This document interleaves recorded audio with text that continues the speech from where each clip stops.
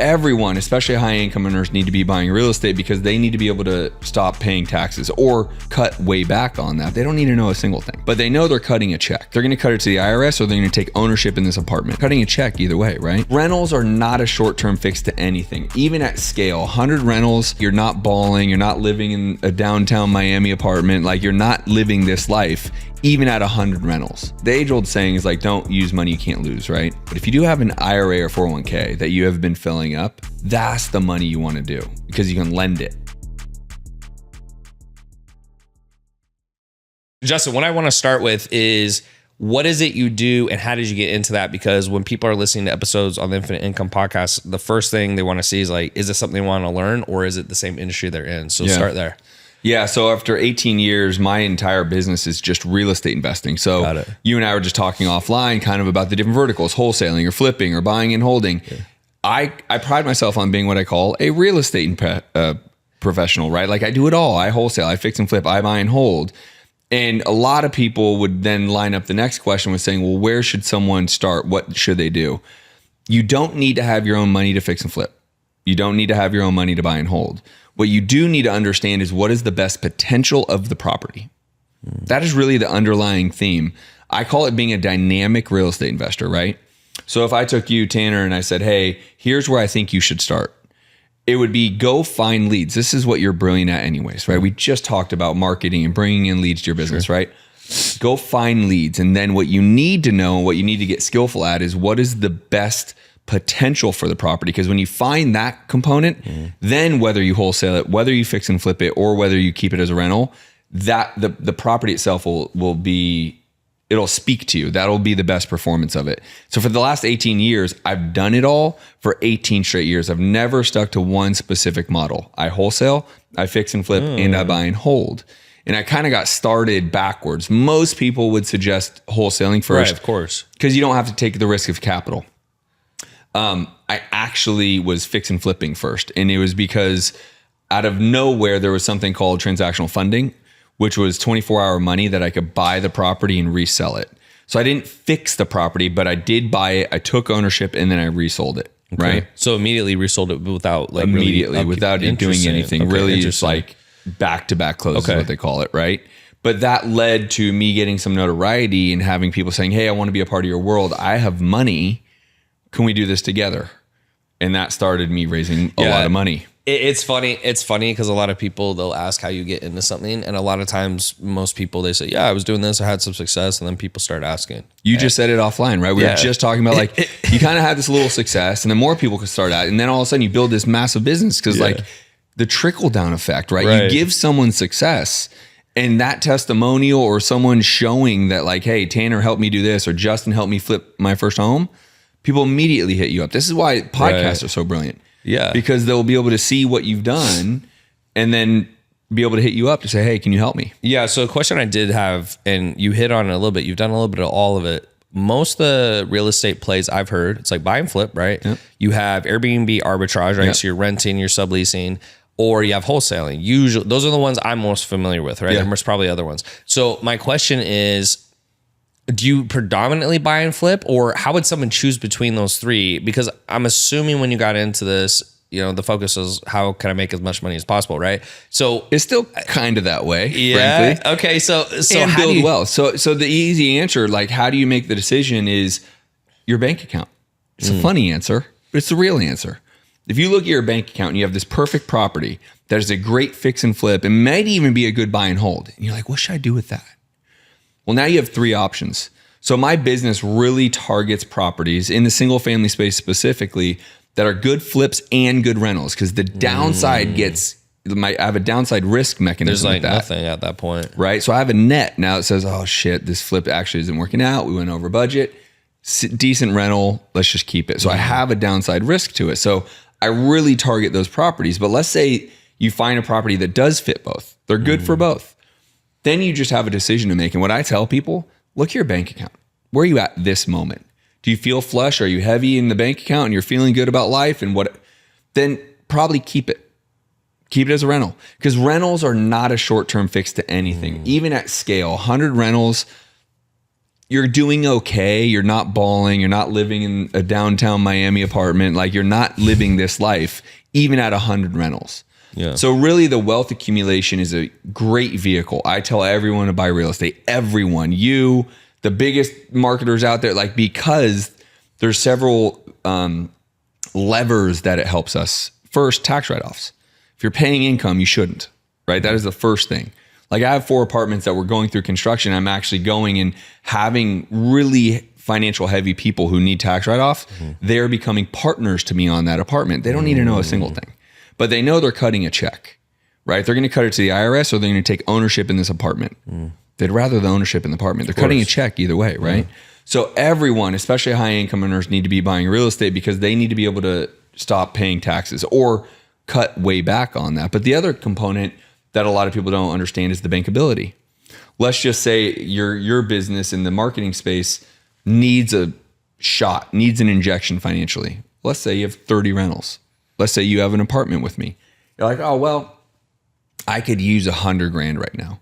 You can go to a bank and you can go to your 30 rentals, 30 doors and say, hey, can you guys give me $250,000 against the equity of my rentals? And because you have equity in rentals, they will give it to you and it will be tax-free. And you technically could put it in your pocket and not get taxed on the income, right? And you then can put an injection in your business if you so want. And so those are two really high. The bankability part people don't realize is like, I don't care what business you're in. You and I were just talking about this. There's peaks and there's valleys. There's more, heavyweight lifting for leads. You're like, God, my cost per lead just went up. My cost per act just went up. Like the whole thing. I could use another quarter in my bank account to keep the marketing machine going, right? Well, you have a mechanism called real estate that you can leverage. And so not paying taxes and leverage points on bankability are two of the bigger reasons that I believe everyone, no matter what, should be in the real estate space. You remove your downside risk. And then lastly is, I guess to answer directly is when you make that decision of whether you should keep it, make that long-term wealth decision, not financial decision. Like I said, if you look at your bank account and you're like, I have 20 grand in the bank account. I could flip it and make 60. I could wholesale it and make 30. Okay, well, when are your bills due and how big are they? Because I might tell you to go wholesale that, make 30 right now, which might be the lowest number.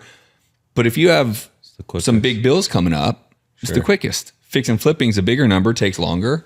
And then buying whole, don't worry about the income, right? Like you might be able to cash out refi, but the reality is that's just for put it away, forget you ever have it, and wait for the bankability or the upside. Okay, so a question I have for you about taxes. This is my understanding, so I want to just confirm with you.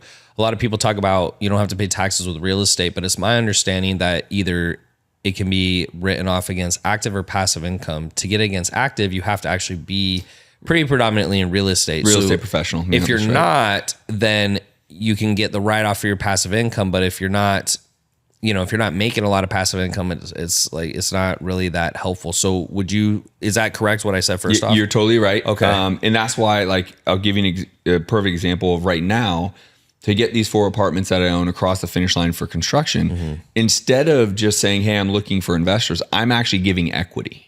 Now you're an owner of the asset. So this is kind of a way around it to get dollar for dollar, right? So Tanner says, Colby, I need a tax write-off right now. I just had a marketer hit me up for this very same reason because tax season. He's like, dude, I fucking crushed 2024. I need something. Cuts me a check. And so you say, Colby, I need something. I have $100,000 that I'm either going to cut the IRS or I can be in this building with you. Yeah, of course. And so because I give you ownership, you dollar for dollar can get the tax write-off because of a cost segregation study. The cost segregation study is a little bit more granular, but essentially we as ownership can get bonus depreciation against the work that has been done, right? The purchase. It's all up front essentially, correct? Yeah. Right. Now, the tricky part about that is, let's say you and I say, let's go sell this thing in 24 months because we just have this crazy lift in value. Well, now the IRS can be like, well, guys, we just gave you this massive upfront tax write-off. Now we want it back, right? So they want to recapture it. Well, one way to not get it recaptured is to 1031 exchange into another building, right? So that'll help you. Of course. But that's a little bit of the game you have to start playing. This is why when you start to buy into the commercial space for tax reasons, which is, I think everyone should, you included, like every high earner should, then there's a little of a game when you start to exit some of these because you got to keep buying. So every year, so let's say Tanner goes out and crushes, which you're going to 2025, murder it. Well, you have another tax write-off, really big bill again. So you got to, all right, I got to go buy another one. Got to go buy another. Like it becomes this, but that's a brilliant way to live your life. Because one day Tanner looks up and says, I've done this now for 5 years and I'm done with my business because I have 4 apartments. I have this much revenue. I have this much tax write-off. Like I have this much equity. I don't need to run my business. Now, I'm not saying you should. I'm just saying like that could be an opportunity if you do it the right way. So there's ways for non-real estate professionals to get the tax write-off all up front on their taxes based around the cost segregation study because you have the ownership component, right? So that is the biggest thing. And it's commercial. So if you own a 4-plex, it's a residential asset. If you own a 5-plex, it's a commercial asset and more. And so that gives you the general partner gives you that type of tax write-off. Got it.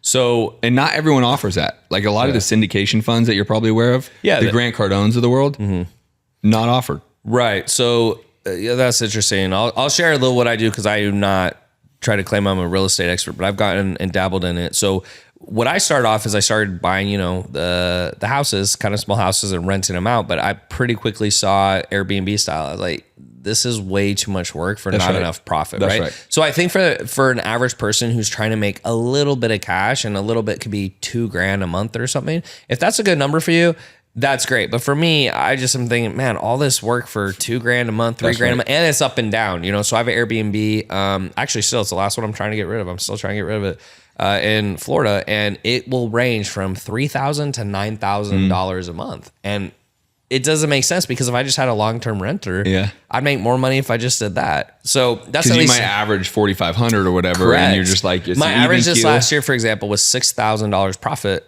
But if I just had a renter for $9,000, we don't have to do all the BS with the people in and out, all the repairs. That's right. It's way more work. People don't get. Thank you for saying that because I think a lot of people try to romanticize rentals. Oh, 100%. Buy short-term rentals, buy long. I'm like, guys, I'm bald for a reason. You know what I mean? This is not by choice, brother. Okay. So, and part of it is the contractors, the tenants leaving, they fuck your kitchen up and you're like, oh my God, I got to go. And like, you're just dealing with brain damage, right? And literally today, as I'm in your elevator, I'm texting my project manager who runs all of our deals, is communicating with general contractors on the deals. He's asking me questions. They didn't do the counter to, like, I'm like, good Lord, right? And this deal is not going to be a huge winner. You know what I mean? I'm like, all this for what? You know what I mean? And for a little bit. But that's what I say, like, depending upon what you really want, I believe everyone should be in real estate in some capacity, right? Even if you do become an investor in Grant Cardone's funds or you work with me, like some capacity, because it gives you leverage points no other industry gives that I'm aware of, by the way. I agree. If you're in the stock market, great. You can make a lot of money. Where's your downside risk? Real estate gives that to you, right? Correct. Yeah. So after I realized that, and again, it's a lot of, promises and a lot of, stuff you have to experience. But for me, I basically said, hey, Tanner, you can make this much. We can get this much rent. It's up and down. Yeah. Depends on the month. Summer, might be a little slower. Winter's a little faster, whatever. And ultimately, at the end of the year, you just look at what could you rent it out for, and the Airbnb was less. And I said, and on top of that, all the fees I'm having to pay the management company, all this other stuff, right?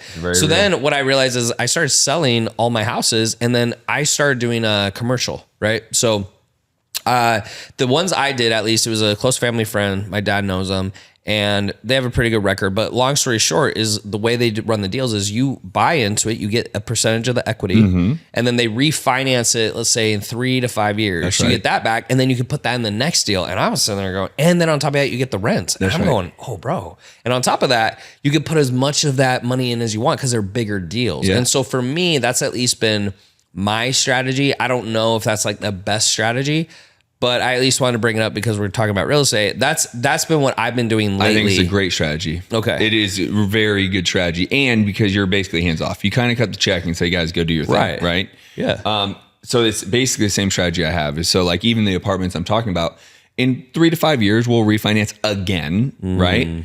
Create a different valuation, get everyone's money back as we can, right? Because even when we finish construction, we're going to do a cash out refi and get as much money back into everyone's hands as we can. No guarantee how much, but as much as we can. 3 to 5 years from now, we'll do that again, or we'll fully liquidate. Right. And what's the benefit? Yeah. So let's pause there. What's the benefit to fully liquidating or continuing to refinance? Refinance, obviously, you're basically pulling out the equity, but I'm assuming is that the play long term? You just keep doing that? Or is there a point where it's like, okay, we've pulled it out enough and selling it makes more sense? Depends on the asset. Okay. You really, and that's kind of the nuance of the assets, right? Like if you can create, like, for example, 3 of my properties, my apartments just got a 25% bump in rent rates on Section 8. Right. So they're in like C-level markets, not dangerous neighborhoods, but not this. Right. So typically Section 8 will go there. We had a 25% bump that changes the cap rate, the capitalization rate. New York, right? New York money, they will work at a much lower cap rate than I want. Right. Us people want a higher cap rate. Right. We want an 8, 9, 10% cap rate. New York will work on a 4, 5, 6% cap rate. Well, when you're able to increase rents by 25%, that's a big number. Right. That could take something and really make it appealing and turn it into a 7% cap rate when it was a 5% cap rate. Right. And then you can have a liquidation event because the valuation of the property gone so much. But it's very nuanced on the property, right? Because some properties might be, I'm going to keep this forever, and every 5 years I'm going to reallocate and rip out some equity and just keep it. Some properties like, dude, I want nothing to do with this after 5 years. I'm liquidating no matter what. Now deciding to 1031 into another building or keep it, that's just, subjective, whatever you want to do. Yeah. Well, for me, my viewpoint was, okay, let's say worst case scenario, it doesn't get up in value past, 5 years or something. Once they refinance me all the money, I've already made some profit, right? Because they gave me some money for my time, the IRR. And then I can put it into new buildings. So I liked it. And I got equity. So if they sell it, I get a percentage of that. Upside. Versus there's some syndications out there, they don't give you equity. And that makes zero sense to me, because once I found out there were people who gave you equity, it was a little, I never had that offer before. I said, oh my gosh. And, I had some of my friends were like, yeah, dude, of course. Like, I only do deals where I get equity. Of course. And that's what I would tell anyone to do at the level of listener you have. Make sure there's an equity play in it. Right? Because that's why I give equities. Because I would rather a Tanner than a Johnny Broke Dick. Right? That, like, this is their life savings. I'm like, I'm not taking your life savings, dude. It's too stressful. Yeah. But you get it and you understand. And there's obviously some tolerance of risk there because not everything's perfect. But the last thing I would tell anyone listening to this right now is you might be a W-2 employee. Maybe you're an entrepreneur like Tanner and running a high level business. I would tell you, use money. The age old saying is like, don't use money you can't lose, right? I agree with that. But if you do have a chance that most entrepreneurs don't have, but if you do have an IRA or 401k that you have been filling up, that's the money you want to do because you can lend it, right? And you're not using it to pay for anything. It's just sitting there. Yeah, it's just sitting there. So why not get the return on that? Grow it tax-free over time, right? And so I would encourage people to look at that kind of money versus the money that might even be sitting in their savings account for a rainy day. But like I said, go look at your bank account, go look at your finances, make the decision based around that. Yeah, interesting. When you're picking a home for buying and flipping, how does that process work? How do you find the house, and then what specific things are you looking for? Our worlds aren't that different. A lot of internet marketing to find the house, right? Facebook and Google. Is it usually distress? TV. It's distress, right? Because people want to get rid of it. Yeah, I only really want to deal with distress. Gotcha. Now, when I'm teaching a newer person, you can actually go and get deals on the MLS with the realtor. Got it. That's very viable, right? You don't need any money. It just takes a lot of work, right? You got to put the grind in, right? That's what it is. But our worlds in the internet marketing space and in business space, in real estate specific, there's not a lot of differences in the lead generating part. You pull a list, you cold call them, right? TV ads, pay-per-click Google, pay-per-click Facebook, pay-per-click YouTube, direct mail.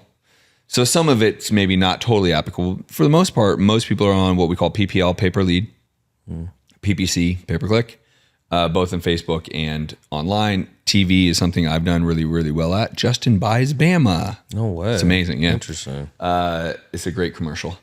Just ask me. So, but again, it's the same metrics that you're measuring to. Okay. How much does it cost to bring in that lead? How much is it costing to actually write the contract, right? So how many contracts? How much are you costing per contract? How many contracts to get a deal? right? Out of that deal, how much so you'll are you actually making? do an entire contract and it may fall through. Totally. Wow. Yeah. That's a lot of work. Yeah. Right. And so that's why, Why would it fall through? Is it because the buyer pulls out, or what's the reason? in the wholesale space, right, you can't find a buyer at the price, right? So let's just say you contract a property at 150, you're trying to sell it at 160. Got it. Okay. No one wants it. It's more after you've acquired the property. That's the issue. It's not getting the property, Well, correct? it's contracting it. So the contract versus buying, inquiring is two different things. Right. So we want to contract it because that's where you control the property. That's part of the deal is they have to get rid of it. They have to sell it to get the to get the fee. Understood. So control is really big in our world. So the contract, just getting the seller to sign the contract helps us control it. That's why when we go back to the first part of this episode is then you get to make the decision on the best utility of the property. Is it better fix and flip? Is it better long-term rental? Is it better short-term rental? What is the best potential? But you don't really you don't care about that until you contract it. Once you contract it, then you can make a decision. So yeah, there's times that people, there's deals that fall out of contract because let's just say I'm like, I don't really want this. So I'm just going to wholesale it, go make 5, 10, 15, 20 grand. Well, what if no one else likes it? Then I got to get out of the deal. Right. So I don't lose anything, but nothing ever happens. So the cost per contract is a very valuable number because if you see your cost per contract to be like $1,000 per contract, you are terrible at underwriting deals. You need to understand how to negotiate the deal better. Now, cost per deal is really important because just like in your world, if you know it costs you roughly $5,000 to $6,000 to get a deal done, and on average you're making $20,000 a deal. Well, then you have a 4x return, and how quickly can you start spending money? That's the decision you make. Well, I know it's going to cost me 5. I know I make 20. So how quickly can I spend these $5,000 bills? Right? That's the decision you're making. And then at scale, so I run $100 and something thousand a month in ads because I know at scale, my conversion cycle and how fast we're able to do this. But I'm 18 years in the game. I wouldn't suggest everyone do that. Just like you. You're going to be like, hey guys, I can go run $250,000 a month in ads because I have a team and I have the result. Right. Not everyone should. You go and tell me right now to go do that for my coaching. I will go, "Bleh," right? Yeah, of course. Because I don't have the infrastructure. I do. But the metrics are still the same. That's interesting to me that there's that many people with distressed homes that you can just my God. It's going to get worse. My personal belief on the economy, and we're talking about this in a different manner. Yeah. It's going to get pretty dark for the next 12 months. Interesting. I did vote for Trump. Yeah. I do believe he's by far the better candidate, but in general, I think that the nation needs a little bit more shift. But I don't think his next 12 months is by any means is he going to walk in as a savior. Sure. He's going to create so much chaos with Elon and some of the other people that he brought in that the chaos is going to have people restrict. Because they're going to be like, what is actually going to happen with all this? Yeah, is Elon actually in now? So he's working at the White House. That's crazy. It's wild, right? There's nothing that man can't do. But what we're just talking about is why people are going to restrict. Because they're going to be like, what's really going to happen here? Right? This is nuts. This is setting a precedent.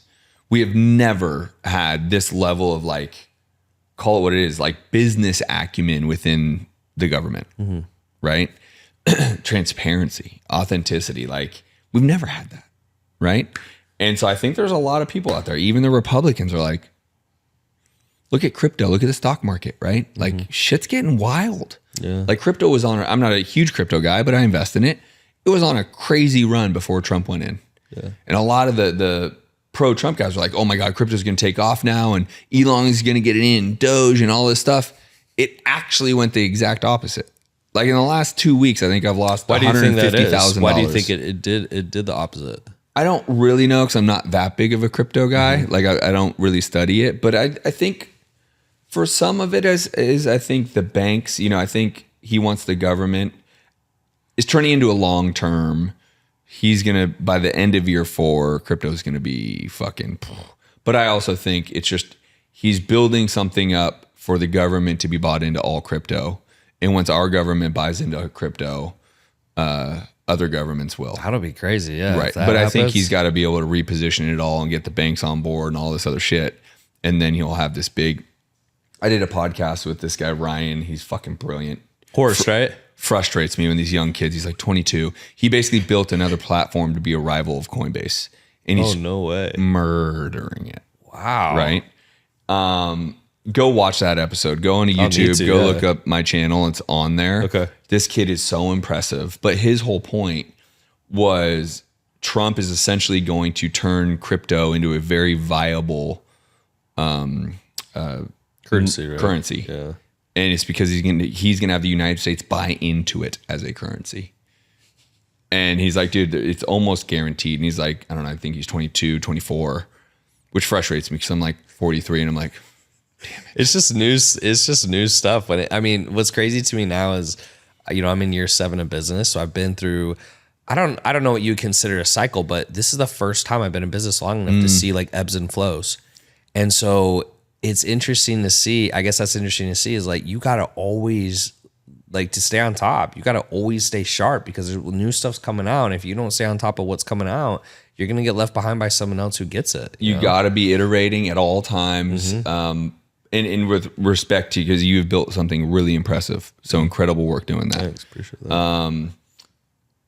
The last decade has been tricky for someone who's been in this for almost 2 decades.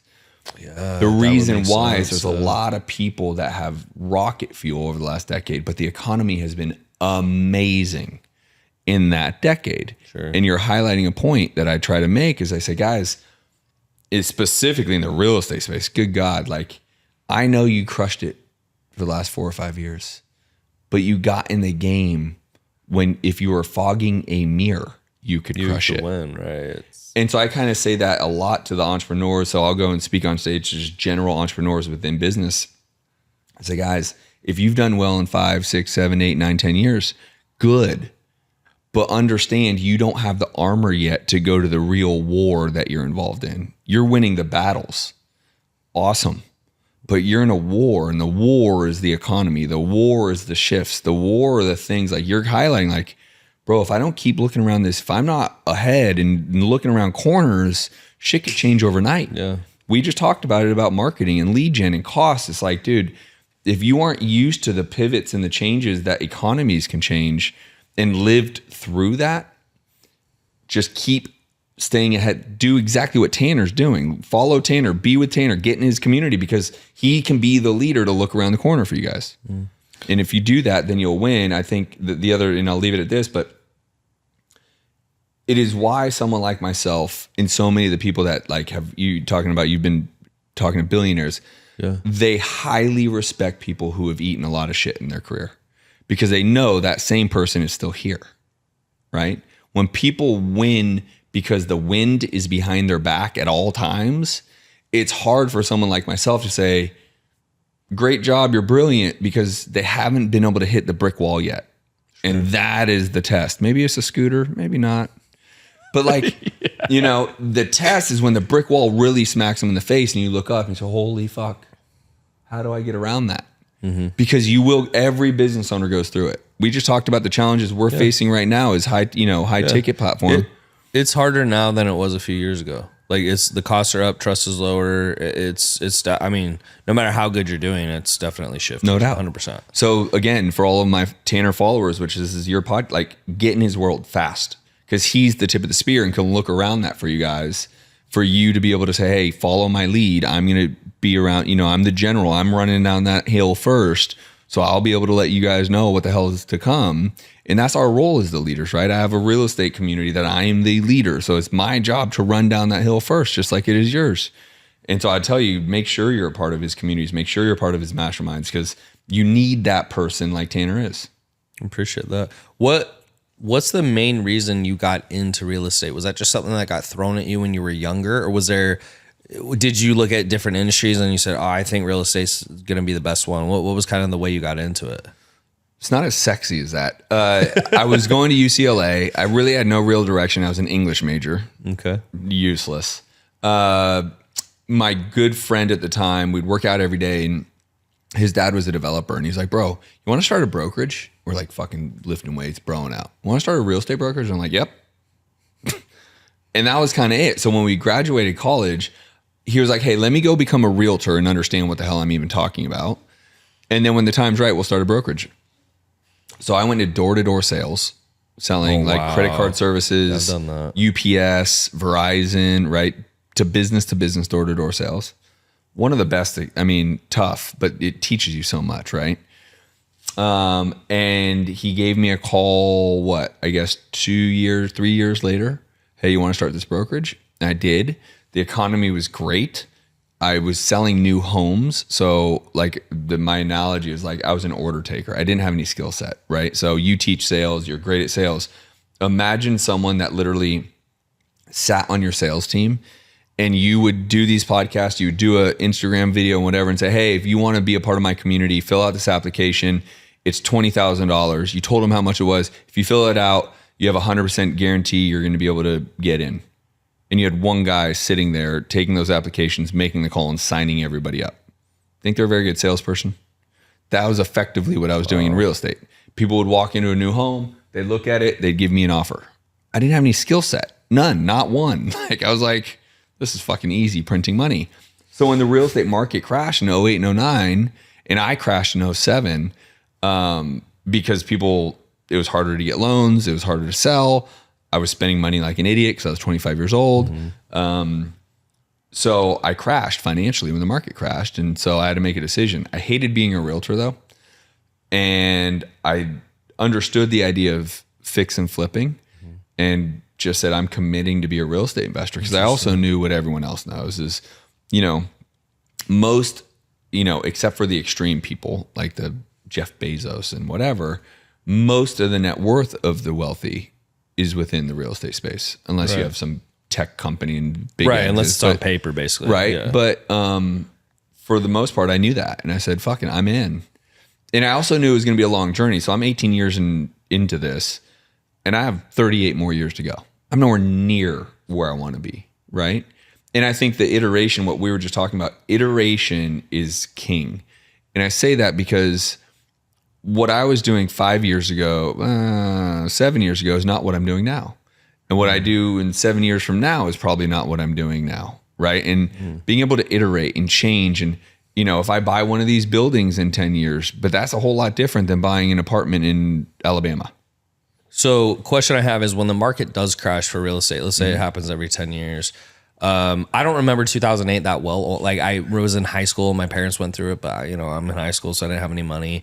What is the way you get through that? Is it just you're not too leveraged with loans? Yeah. Is that because I'm assuming that's the only way you can get through? Or, if you are leveraging loans, like, is there any way to get through that without, foreclosing and like selling stuff off? I mean, how do you get through those times? Yeah. So the loan thing is real, right? So if you're leveraged too high and the rent can't cover and vacancies, whatever, part of the way to get through it is don't have knee-jerk reaction. Yeah. The challenge I saw, because I did go through that, everyone just fire sold their, like, I got to sell, the value's 50% or whatever. Now, sure, there's a lot of people that lost their jobs so they couldn't afford their mortgage. I do understand that part. But there was also a lot of people that were over leveraged, right? They would pull out liquidity to buy a boat. Yeah, dumb stuff. You work at the fucking post office. You don't deserve a boat. You don't make the income to buy a boat. But because your house appreciated like crazy and so you pulled out the money to go buy a boat, now you can't afford the boat. So now you're about to go BK because you made dumb decisions. So kind of it goes to the root of the matter. What are your personal decisions? What are you doing with your money? What are you doing with leverage? Like, are you out there just spending because you can versus actually doing it in the right way? And so that there's a lot that goes into that crash, but try to keep a decent amount of leverage and equity ratio, right? And I don't know what the right number is because if the market drops 20% and you have 25% equity, who gives a shit? But a 20% drop's pretty drastic, right? You go from $500,000 home to a $400,000 home. It's a lot. But if you have, 125% or 125,000 of equity, then stay still. Just don't knee-jerk reaction, fire sell, right? So some of it is how people treat or how they react to what is happening. And then the other part is just, again, to your point, like everyone's going to have to live somewhere. So if you're buying rentals, make sure the debt and the rental rate can sustain a drop in equity. Because that's all that's happening is the equity change. And then you just have the longevity to run it out for 10 years. Yeah, it seems to me, at least from what I understand, is if you have a lot of extra cash, it's really not that big a deal because you can just wait it out. So let's say it drops in equity, you wait 4 years. It's like you're going to make it back regardless. You just have to wait. It just seems like it's more people who are using it as their almost full. Is it their full-time income? That's right. Okay. And or full-time income, or they're like reliant on it or whatever, or maybe they put too much money of their own into it and it lost. But that's where the non-patience plays in. Yeah. Just let it sit there. Like it's a real asset. Yeah, I have an Airbnb right now I've been trying to get rid of and just sell it because, it was, I did it all at once. So I bought like 5 or 6 at once. And then I realized, this is probably the right method. And, people keep lowballing me offers.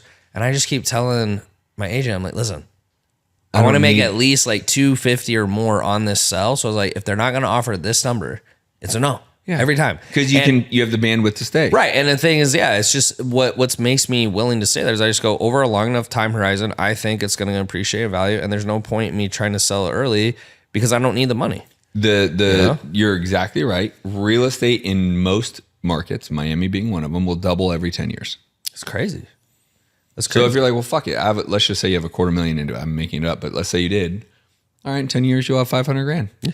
Which is crazy. And you can sell anywhere in the 10 years. But like, if you don't need the $250,000, that doesn't change your life and you don't need to pay for anything, then let it ride. So yeah, real estate is very interesting to me, but I had to find a way to park more money that I felt it was more aggressive, I guess, but it was still somewhat safe. Like ultimately there is more risk because I think if you invest with the wrong person, ultimately you're giving someone the money, they can do whatever they want with it. That's right. So there has to be a lot of trust there, but as long as I think as long as they can hit the projections that they give you, like within reason, right? If someone says, hey, I get 20% internal rate of return or 25%, to me, that's a better play to put it in real estate versus, you put it in like some index fund or whatever. And I think investing should be very opposite of business. I'm usually very safe. I'm very cautious, but if I get a deal where it's like, hey, you put this in, we'll refi it in a couple of years. And then I'm like, to me, it's relatively low risk because I just think in a couple of years, unless the value drops significantly, I guess it could, right? But and there's always that risk. I tell my investors all the time, like, listen, we have a game plan. Yeah. What we can't game plan for is what the economy is going to do, right? Regardless of what president. Like, if something happens, he makes a decision, and it's not a great decision, shit happens, right? We have zero control over.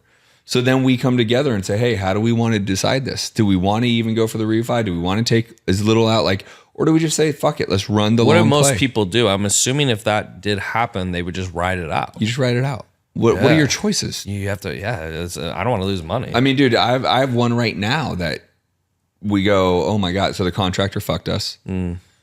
Under budgeted the bid intentionally. So that's a whole thing. Like, I'm going to go after him criminally.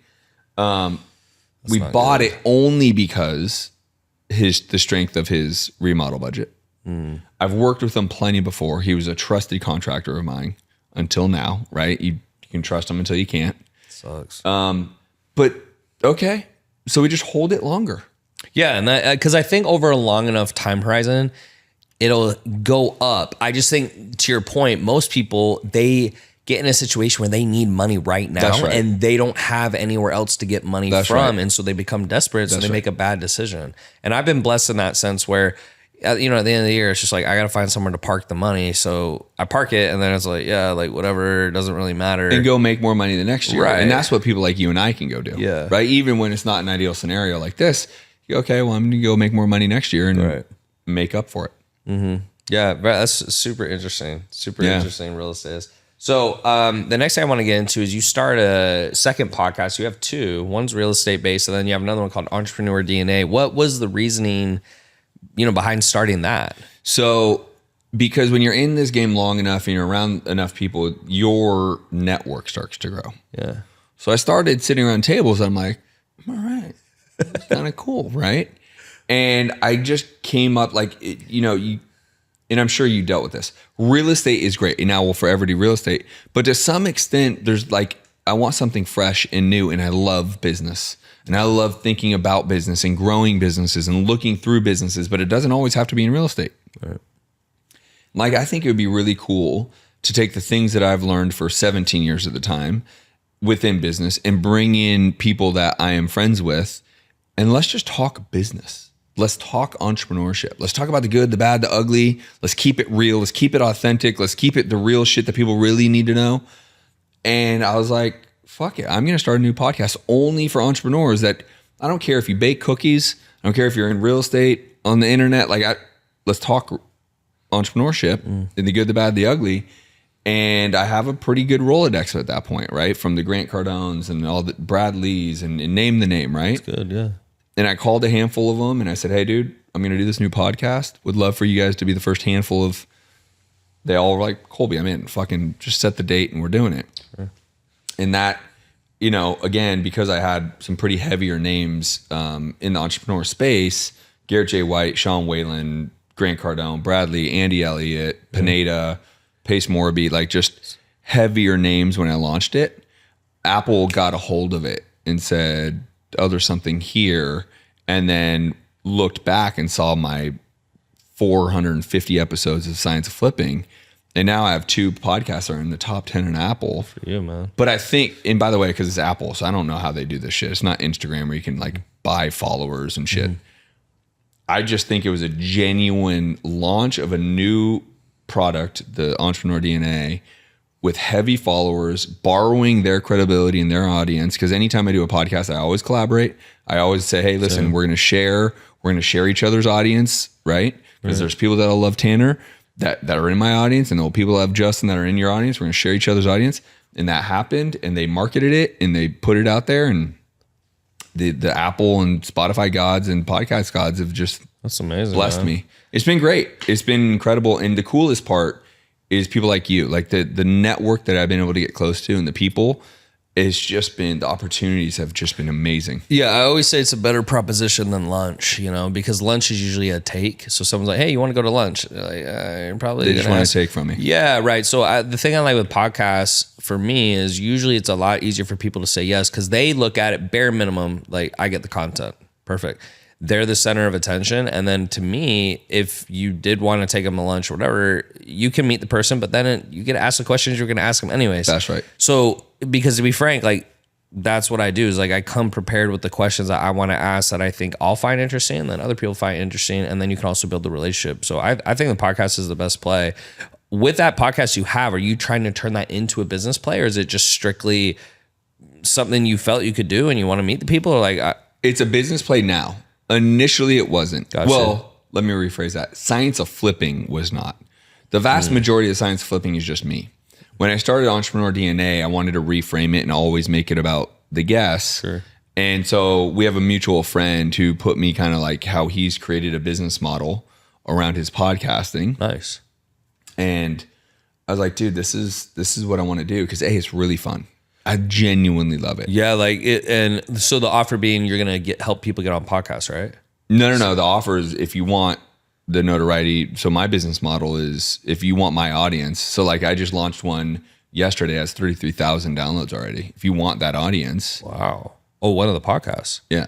Wow. The episode yesterday launched and it has 33,000 downloads. Good for you. Yeah. So yeah, because what's interesting, I've seen a couple of podcast offers, but ultimately it's going to be like one of the angles could be what you're doing, or the other one's like, hey, I can get you on big podcasts. And if you can do either one of those two, those usually do extremely well. And it's usually the sell I would tell an entrepreneur to use is it's cheaper than running ads. No doubt. Right. Because if you use that frame, like, hey, how much does it cost you to get, let's say, 30,000 impressions with ads? Oh, it costs so much. Okay, cool. Like you could get on this for a fraction of the price. Like that's usually the play that I've seen work really well. Anyway, so that's like internet marketers though, because even in my space, I have a lot of internet marketers in the real estate space, right? Mm-hmm. They have a harder time wrapping their head around the economics of KPIs because there's no real one for one really, right? Like it's a branding play. So when you look up so-and-so, my episode will come up on Google on the front page because of the amount of downloads and notoriety that my podcast has. Oh, wow. So now their name is connected to that, right? And so it's a longer tail lead that a lot of the marketers don't have the mental capacity to really understand. You're indoctrinating these people over a longer time, but then they're going to buy from you because they just love Tanner, right? They're like, dude, I heard this guy, Tanner, on Justin's podcast. He's talking about growing and scaling and sales teams and building out a big business. And like, I went and followed him on Instagram, and then on his story, he was talking about this. And then I saw on his thread, and then you throw out an offer on there. And because you've been indoctrinated and they found you on my podcast, now they trust you, and now they'll it's the brand play. I think when I was, it's funny now because I've been in business 7 years. When I was in business, I thought content was so stupid.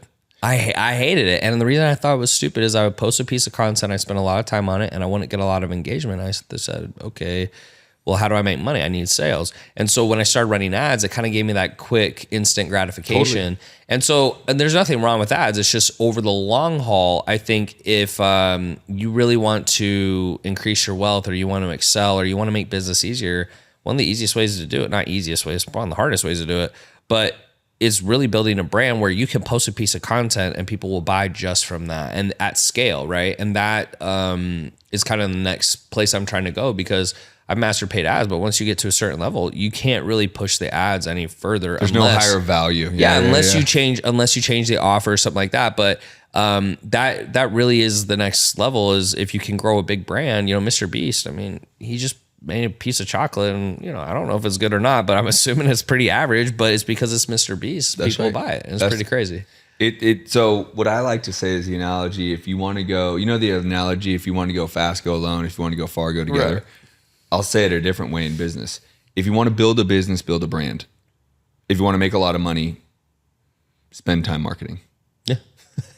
Because you can go make a whole lot of money, not really have a business, because it's literally dollar in, dollar out. You put $1 in, you get 3 out. Mm-hmm.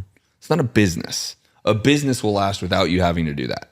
A business will be created because you have a brand that people will continue to pay because they're following you organically on social medias. They're listening to you on these podcasts. That is a business that you don't have to just being a marketing widget. Marketing is very valuable, don't get me wrong. But you want to build a business, you need to have the brand to go alongside. If you just want to make a lot of money, spend your time marketing.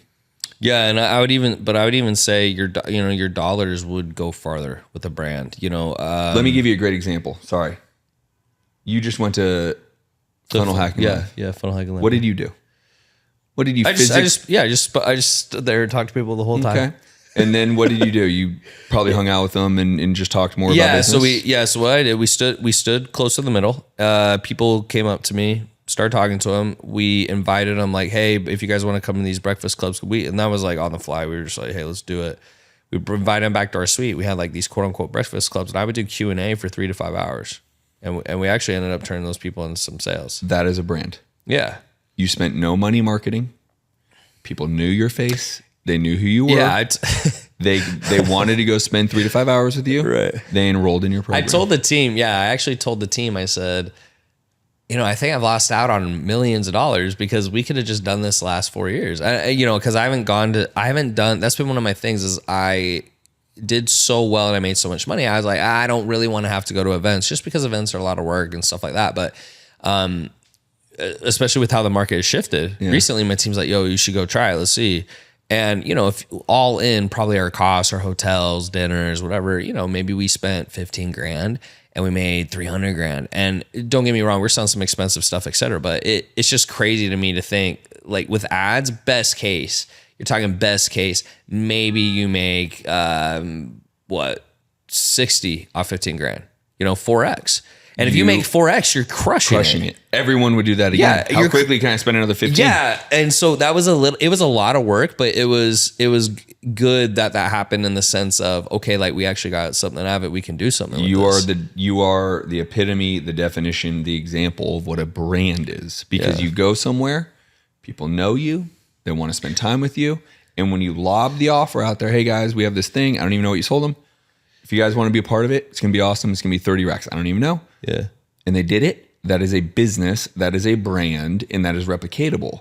The challenge is people don't put 8 years of business and effort into building a brand. They care more about dollar in, dollar out marketing. So when I talk to marketers, they get really frustrated because they can't dollar for dollar see the KPI that is attached to the money. But those people that you just enrolled in your group, your community, your mastermind, they have been following you for a long time. They know exactly who you are. They may have bought smaller things from you over time. Yeah. That is what I'm talking about. If you want to build a business, build the brand. Yeah. And I think the other thing too is you just have to become someone worthy of knowing. Meaning, when I started a business, I remember, people would go to these networking events, and there's nothing wrong with that. But I remember saying some of the people, I go, dude, like, you need to build your business. And the reason I would say that is I think part of why I was able to go to that event specifically is I've won a bunch of ClickFunnels awards, right? So people recognize me from that. And so I can go to those types of events and people can recognize me. And so I think the other thing is, when you're building a brand, like it can take time, and usually it's around something you've done that is unique or significant or people respect. And I think because I haven't gone to events in a while, like that was a little bit of a wake up call for me. I kind of forgot I would get that level of attention. I remember saying you got that power, dog. Yeah, like I say that respectfully, because if you guys are a part of it, it's actually because he's a good guy and you guys want to be a part of his world. And that's just kind of a joke. But the reality is, when you build something that people and you offer value, you can stand in the middle of the hallway at a conference and enroll $300,000 worth of bleeding Tanner Chidester people. Yeah, it was pretty cool to see, to say the least. So I tell any of your audience, right? Like I would tell them to be on a podcast of yours or mine. Yeah. Because if they're truly trying to build a business and not just make a lot of money. So in our space, we both run in the high ticket space. Of course. Some people have legitimate businesses, you being one. Most don't. Yeah, they have a transactional business. 80-20 rule. Right? They spend a lot of money to make a lot of money. But they stopped that one activity. Yeah. They're done. There's no business to be had anymore, right? They don't have an ecosystem. I call it an ecosystem to be able to continue to build and get new and create revenue. And so it's important for people to be on podcasts. It's genuinely important if you want to be serious about your brand, and it should be the person to start. People are buying to Tanner. Frankly, I don't even know the name of your company. Shame on me, but the reality is I know you. Right. So when we started connecting, it wasn't like, oh, I know this big company. No, I was like, I know him, right? And he's a beast. Of course. And I need to get him on my podcast. I want to be on his. So everyone should be thinking about the brand of the person. I just read, or about to finish, Brand It Like Sirhant. Oh, yeah, it's his book that came out, yeah. Bro, think about who this guy... He blew up, yeah, he blew up. And dude, this book he really did a good job with this book. Because the idea of like what a brand is and how to cultivate your brand, that is why his brokerage is called Sirhant. It is about the person. And they're going to fall in love with the person well before they fall in love with the ideology of what the business does. Right. Make sense? Yeah, 100%. So get on podcasts, get on mine, reach out to me, reach out to Tanner if you want to interview your own audience. But like, people need to be very serious about this, because as the years grow and go, like 5 years ago, what was social media? Now look at it, right? Yeah. 10 years, what was social? Like, good God. So what is going to happen when you have this evergreen? This is evergreen. This is going to be on Apple, Spotify, probably your YouTube. People are going to see me and hear me years down the road, because they're going to be like, oh, this guy I saw this real estate guy. And right? Mm-hmm. Anyways. Yeah, no, super interesting. All I would say to that too is like, people need to have a longer term vision, because you don't always like, it's not, the first podcast you do probably won't get anything. The second one, the third one, the fourth one, but over time, like continuing, it's like anything, it's consistency. That's and right. I think at least where I'm at in my life, I just turned 33. I just believe no matter what it is you want in life, it almost always goes back to the basis, discipline, consistency, because like you can't like build a brand quickly. I mean, unless you do something incredible. Maybe you win the lottery, or maybe you're like a famous singer. Like there's those like occasional people, but I think for the most part, the ones in our industry that come to mind, I think of Sam Ovens, I think of Alex Becker, I think of Alex Ramosi, Russell Brunson. Like, I mean, they've been doing this for years, and they've accomplished amazing things, and right, they have that whole history of background. So I just think for a lot of people too, it's like put in your time, put in your effort, continue to grow yourself and excel at business, and then do the podcast, do that stuff, but just don't have I think a quick win quick mindset, because it's hard to stick with it if that's your mindset, because if things don't go the way you want, then you usually quit, and then you won't be able to build a brand. Amen. And then I'll leave it there, because you're exactly right. That's exactly how people need to look at business, because you have different iterations. We talked about always iterating and changing and looking around the corners. Right. If you think you're going to be the same person today as you are in 5 years, and your business is going to be the same, you're just wrong, right? Oh, yeah. But if you have the longevity and what I call stamina, for my guys out there, if you have the stamina to just keep going, keep producing the content, keep building the brand, and leaning into it, you're going to win the longer term war rather than just the short battles. Yeah, 100%. Justin, people want to find you. They want to learn more about real estate. Like, just get on your podcast, listen to your podcast, any of that stuff. Like, where can they find you? Just do Instagram. It's probably the easiest place. It's really me on there. The Justin Colby. And actually just let me know you heard me here and I'll say what's up. It's really me. There's no bots. There's no funnels. I'm not going to have you go through this thing. I'm just going to say what's up and engage with you and find out how I can help you.